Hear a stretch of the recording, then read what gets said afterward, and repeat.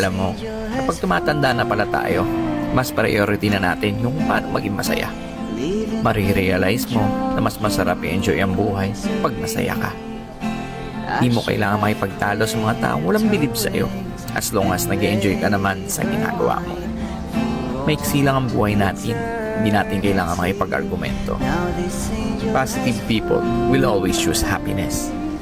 Kaya kung saan ka masaya, tuloy mo lang. Enjoy lang natin ang ating buhay kung saan tayo nagiging masaya.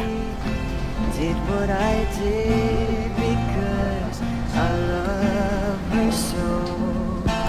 Will she ever? Ano yung kanin? Huwag yan, kanin. Sabang kanin. Wala pa ako. Ayun ang kanin. Ay, siya pa. Isa mo pa eh. May wala. Ano ba? Kanin. Yung ano? Paris sorry ah. Mami naman yun doon, mami. Mami ba? Oo, mami. Ay, manak namin. Mami rice.